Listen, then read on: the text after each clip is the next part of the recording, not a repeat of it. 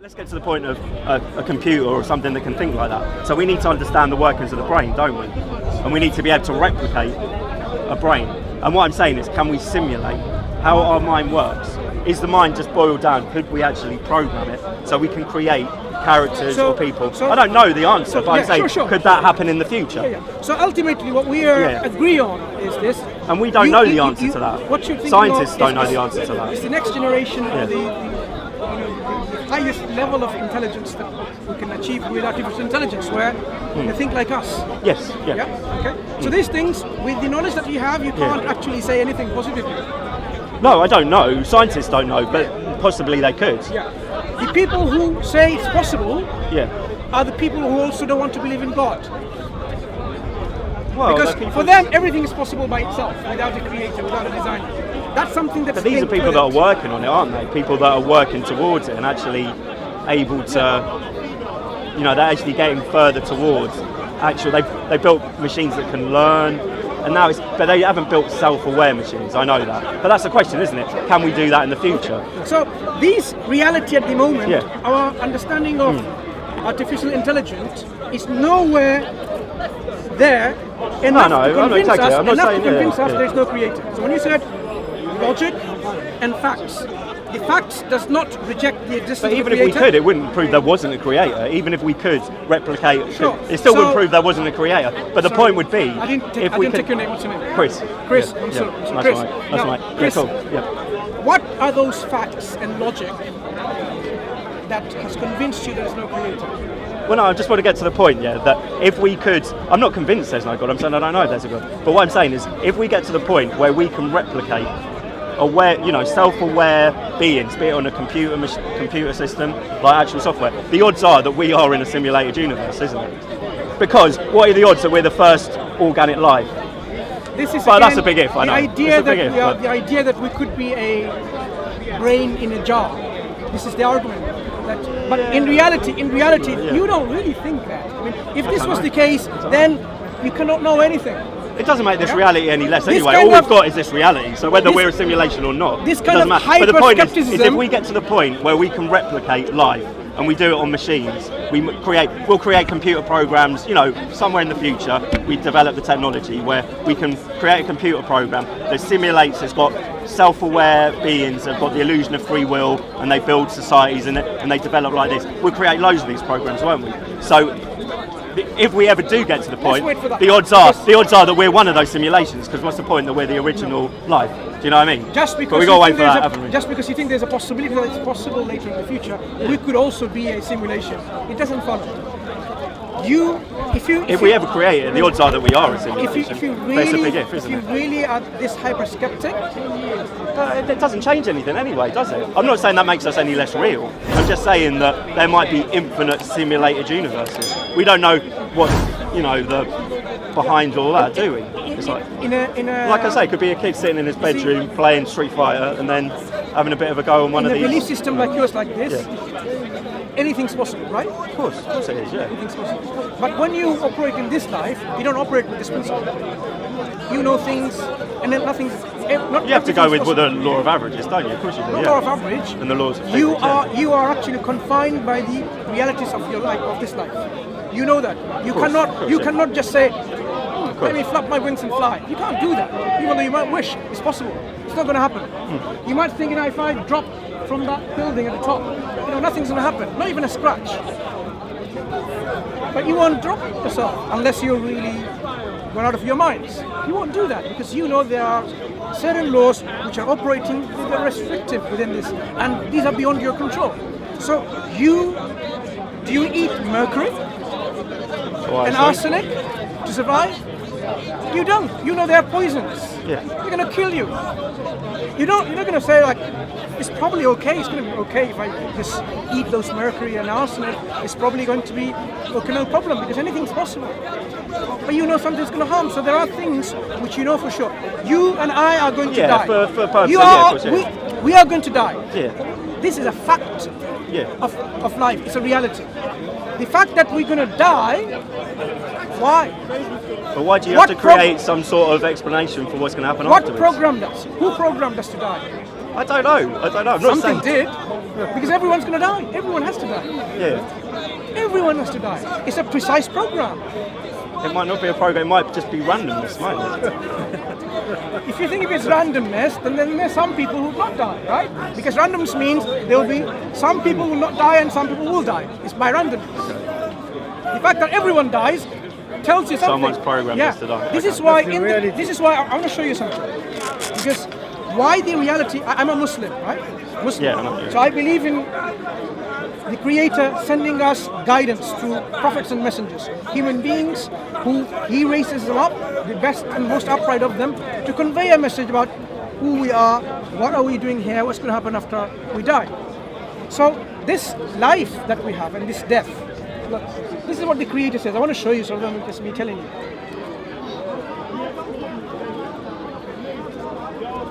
So, He who created death and life to test you, to which of you is best indeed. He's the exalted, the mighty, the forgiving. So there is a reason for our creation. There is a reason for our death. So we die for a reason.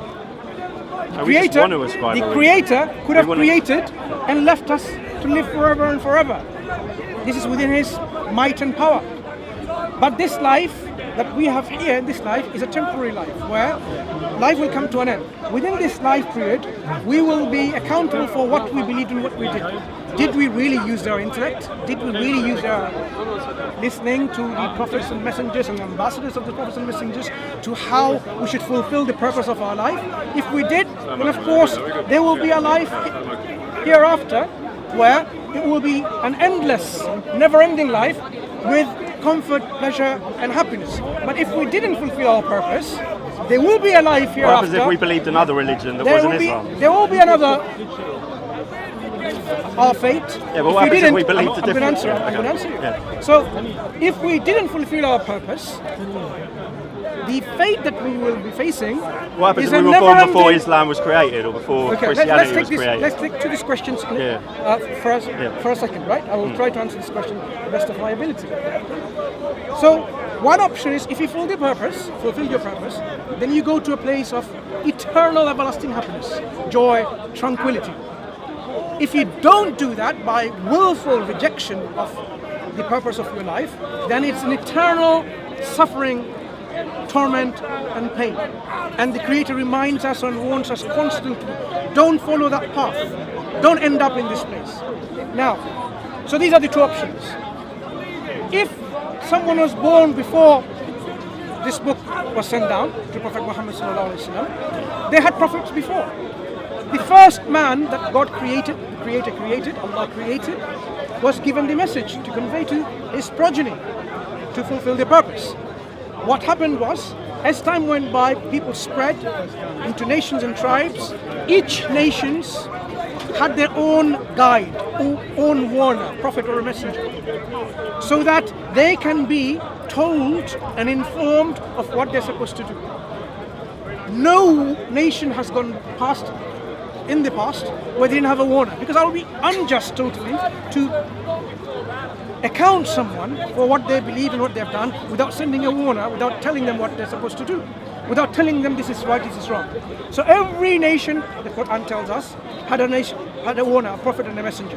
And it also tells us, God tells us in the Quran, He does not punish anyone unless a messenger is sent. So we are totally affirmed by the Quran that yes, in the past there have always been prophets and messengers. Were they sent or raised with a different message in the Quran? The answer is no. The essential core message of all the prophets and messengers have been the same.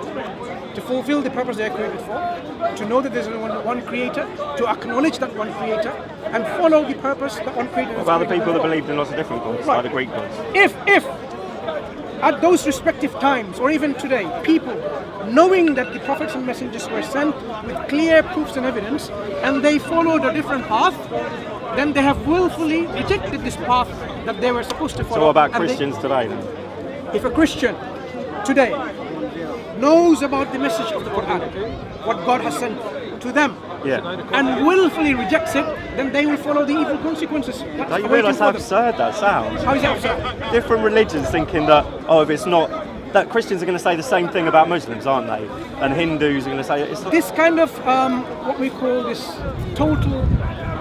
There's a word for it, isn't it? You know, exceptionalism. None of us know if there's a purpose to this life. What's it Yeah, called? none of us know. But to say you have to ardently follow one book, as if that is. Let me explain to you one thing.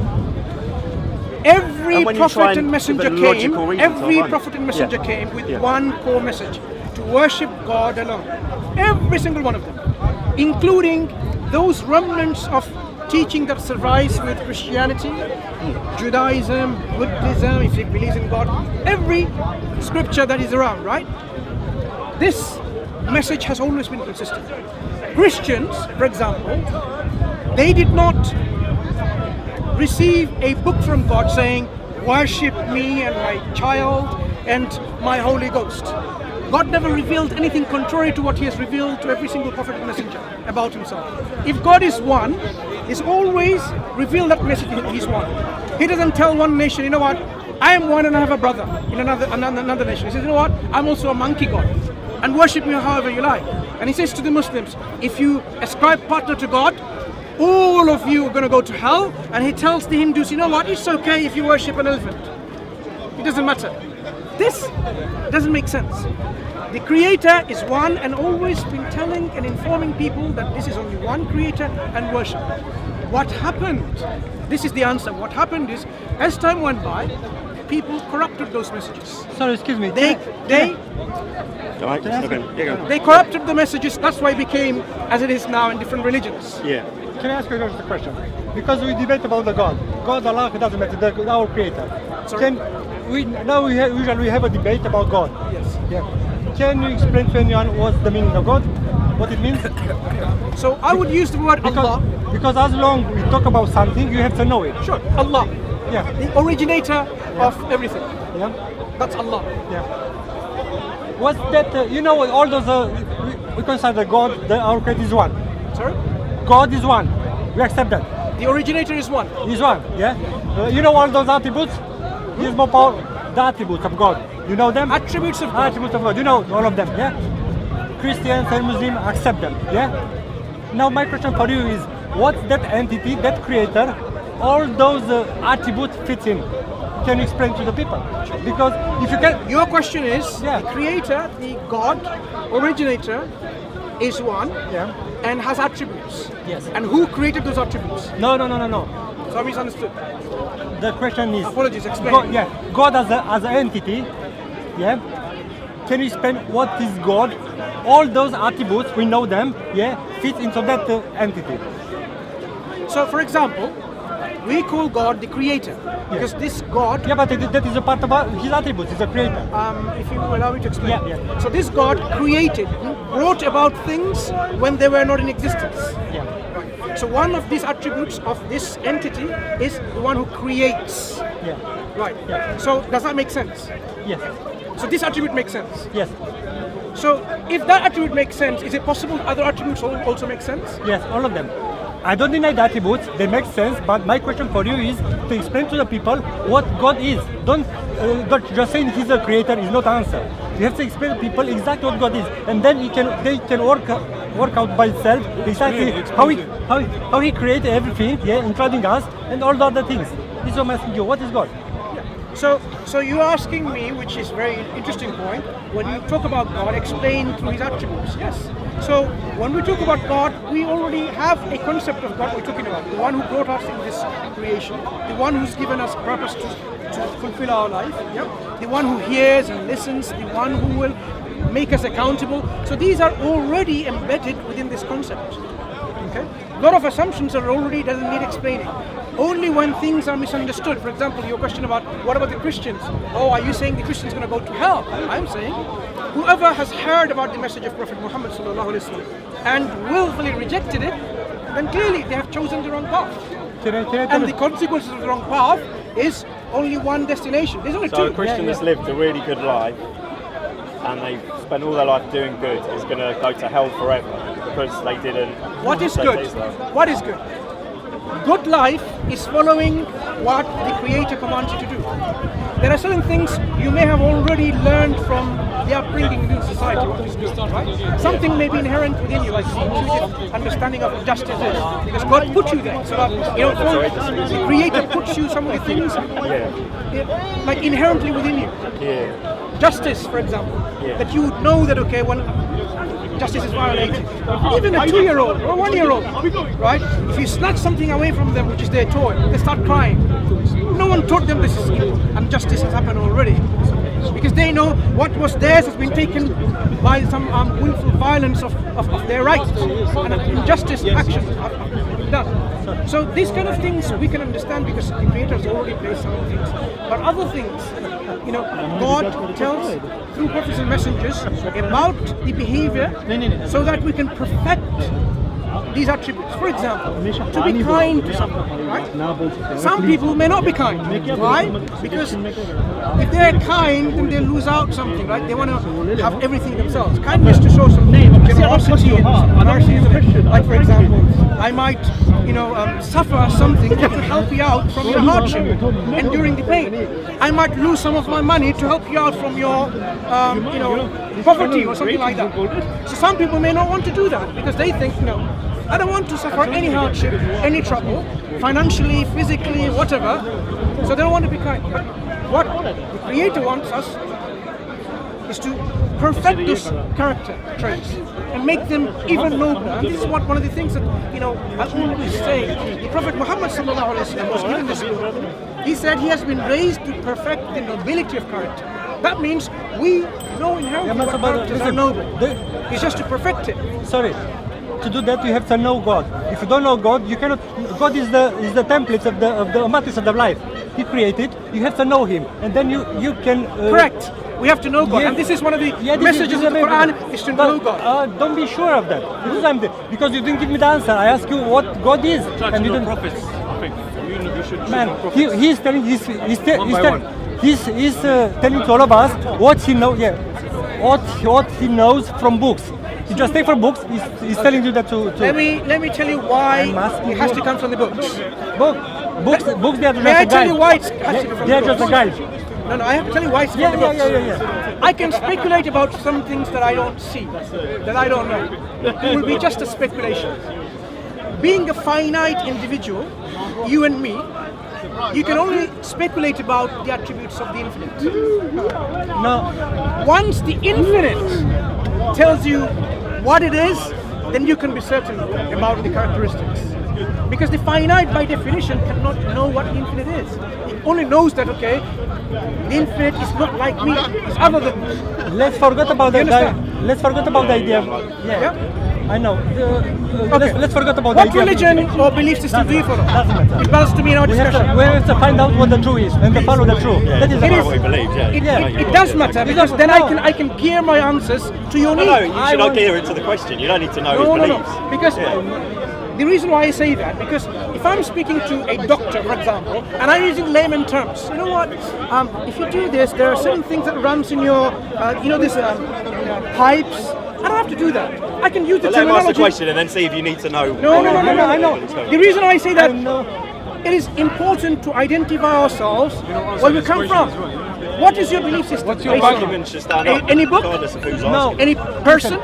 I've read so many books. They are just a guide. But finding the truth, you have to dig deeper to understand the truth. The first thing you have to understand God. From there you start to Just talk told you, about God. the only way we can be sure about the Creator, who He is when the Creator informs through revelation. We can be absolutely certain. Other times, it will be our speculations. And with our speculations, we can come with correct answers in many times, but the possibility remains that we may fall into the error in our speculations. That's why the Greek philosophers, the Hindu philosophers, you will see about their belief system, they came to different conclusions. They didn't all agree with the same conclusions about the Creator. They had differences. The differences arose because of the speculation. But when revelation comes down to you from the Creator and tells you, I am the Creator. Anyone can claim that. Anyone can claim that. You see, if anyone can claim, that's why with the revelation comes one other thing. I can prove that it's fake. I can prove it. Go ahead, my friend. I can prove it. Just the meaning of the meaning of God prove that is fake. Can you, prove that atheism is fake? All the fake faith. May I kindly is ask you proved to by- prove by that the this is a meaning- fake by the meaning. revelation from No, God? just I want to see. I want to see to make sure you know what we're talking about. Because you It talk about is the no creator. point arguing for the sake of arguing. You made a statement, right? You can prove this is fake. Yes. I would like to know how you can prove that. Go ahead. Just for the meaning of God. Just through the meanings of God. Yeah, go ahead, explain. Knowing God means that shows Go it. ahead, prove it. Many Muslims No, they no. wanna know What do you mean by I'm proof, not- first of all? Let me now quiz you on this. What constitutes proof to you? And then, once we agree on that, you can use that proof to say this is fake. Is that reasonable? You shouldn't need to know his religion to answer a question, should you? Ask him what is your It's religion. not about the religion, it's about the To finding the answer truth. his question. It's about the finding the truth. Yeah? So prove us, brother. My friend, We just listen prove to it. what do you It's believe? your turn, it's What do your you turn. believe? What What do you constitutes believe? proof? What do you believe? Let me go tonight, What do you believe? The meaning of God, because if you ask scientists, if you ask Islam, Muslim, Christian, they go their own opinion about the God. Yeah, usually guided by their own books. You, in your case, your Quran, Christian Bible, atheist science, and so. Yeah, I can prove that the meanings of God can be explained scientifically. Yeah. A scientist can explain it, and I found a big scientist who already spoke about it. He's been asked, what's his name? Stephen, he just died. Stephen Hawking? Oh, yes, Stephen Hawking. Yeah. He's been asked, I found it on the internet. He's been asking about the existence of God. And he said, you try to find different arguments to say there is no God. Yeah? Finally he said, there is the possibility to be something who created everything, and he was beyond everything, even that big bang the scientists believe. They say he was beyond that, and that is just the only possibility, maybe that thing. But he said that is no God. He denied. He was talking about the God, but he denied. Okay, this is just What constitutes proof to you? Let's understand that point first, and then once we agree that this is proof, then show us with that proof how this is fake. Go ahead. What constitutes proof? The proof? No. What is proof to you? Proof to you? And to Because me, and he objectively, we can assess. I agree. Yeah, he can be explained scientifically. This is the easiest way for anyone to understand, because all of us we know a bit about science. Yeah. We can if you talk about the religion in your way, another one in his way, it's hard to get the points, get the idea. But when someone comes to you, experimentation. no, empirical no, it's not evidence. experimentation. Science only deals with what? No, I know how the science works. I know Your how the science proof. works. So are you saying your proof is all about empirical evidence? Let me give you a clue. Is that how you Let is me how give you determine what proof is? Let me give you put them on one. There are proofs. There are proofs which can be used outside of empirical evidence. Such as? Listen, I'm not going to tell you what is Rational good, proof. You're lost. I'm not going to tell you because I want to check to see if I can find someone, just a single person, who know what God is. Because I ask Christians, I ask Muslims, I ask... Slow down. Yeah. If you get engaged in a discussion, you don't have to ask too many people. Perhaps you can find an answer from this gentleman, from someone around this meeting. So you're saying there's proof outside of empirical, and you're saying rational Absolutely. proof. We're talking about rational like syllogisms. I'll just give you an example. There are lots of other types of proofs. Yeah. Empirical proof is one type of proof. So when you say proof, is this the only type of proof, or there are other proofs available? No, proof. Just understand, just repeat, I have to repeat. The meanings of God itself, he explained, he is a proof. Proof is independent of Is the a word proof. God in Listen, your definition. That You can use... his definition, himself. Sorry. No, sorry. What's your listen. name? Mickey. Johnny. Yeah. And yours, Ruban? Chris. Chris and Johnny, right. For us to understand, Chris and me, right? To understand the concept of proof, I don't need to know what a camera stand is, do I? Yeah. I don't need to know. Yeah.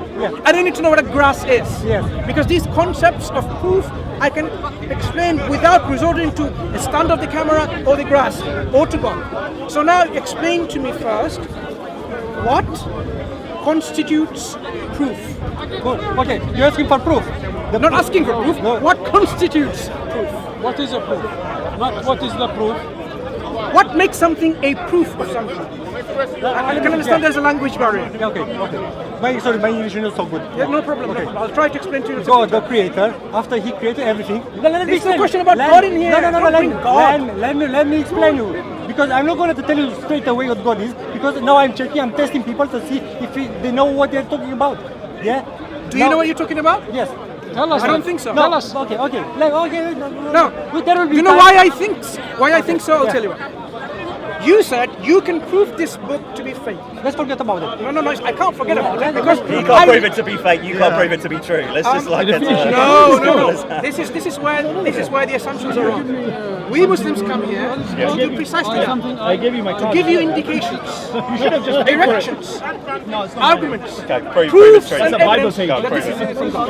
Okay? Sorry, excuse me. Let me give you some examples. that's not mine, brother. Perhaps you can. Are you okay with that? Because Okay. if we can prove this is from God, then you cannot prove it's not, because it's already proven to be from God. If you see the contrary has to be false. So the Quran makes several falsification tests. But if that book wasn't from God, then this is what you can do to confirm that. One of the falsification tests is this: if this book was not from God, then you should be able to make a book like it, 10 chapters like it, or even a single chapter like it, in the language that it is in the Arabic language, in the Quranic genre that this is sent in. Because this book is composed of letters of Arabic alphabet, right? The way it's written, which makes into words, sentences, chapters, a book. Like I'm taking the English terms for it, right? What we say is there is surah, which is a linguistic unit, and ayah, which is like a sentence, but it's not a sentence because you can have one word, which is an ayah, and we can have 20 or 40 words, which is an ayah. It's a linguistic unit of a surah. So this Quran challenges, well, let me show you, I'm not just making this up, several challenges the Quran makes for a reason, precisely to make people think. So he says here, and if you are in doubt about what we have sent down, this Quran, upon our servant Prophet Muhammad, because he's the one who's given this book to, then produce a surah, this is like surah 2, yeah? So all of these are surahs, 114. Produce a surah, the like thereof, and call upon your witnesses, supporters, other than Allah, if you should be truthful. If you think you are able to, then do it. If you can't do it yourself, the Quran is not stopping you from getting support and help from other people who can. But it says if you do not, and you'll never be able to. So this is how the Quran confirms that you will never be able to. Then what you do? Fear the fire whose fuel is man and stones, prepared for the disbelievers. So there's a warning associated with this. You think, go ahead, try to meet the challenge, but if you fail to do that, remember, human beings and stones will be full of hellfire, those who reject. Okay. Those who reject. But if you believe, give glad tidings to those who believe, and do righteous deeds, that there will be gardens in paradise beneath which rivers flow. And it continues with the descriptions. So, good, good tidings of the pleasure that awaits, and the happiness and comfort that awaits for those who really believe. Belief is not just based on blind faith, just like disbelief shouldn't be based on blind faith. It should be upon knowledge. The Quran tells us actually, فَعْلَمْ أَنَّهُ لَا إِلَهَ إِلَّا. Know with certainty. Know, not just believe. Know with certainty that there's no God except Allah who is to be worshipped. So where's the proof from Right. this bit? So now this is a falsification test the Quran is offering. So you're saying, can you replicate it? If you think it's not from God, then go ahead and replicate it. We are now in 1400 and how many? 38, 39 or more. But what's that if that's not a replica? But what's that if it's not a replica? So sorry, say again, I lost But you. what is that if that's not a replica? Like, I don't understand what you mean by... You should be able to bring a chapter like this. Like, you know how the small is the smallest chapter in the Quran? I'll just give you some examples. How small these are. Look, 4 ayat here. Surah, this is a surah. 3. You only have to do 3 ayah or 3 lines to make a chapter. If If you wish, you can do 10 or you can do a whole book. So the creator has actually made it simple for people to falsify this book by saying, bring something even like one single chapter, which is like 3 lines. Well, when you say bring it from where? No, imitate it, make it, replicate it. Yeah. But that's a replica, surely. Surely No, no, every no. Quran is a replica. No, this Quran came with a certain form, right? A linguistic genre. The Yeah. Quran is saying you cannot imitate it because of the way the Quran is revealed.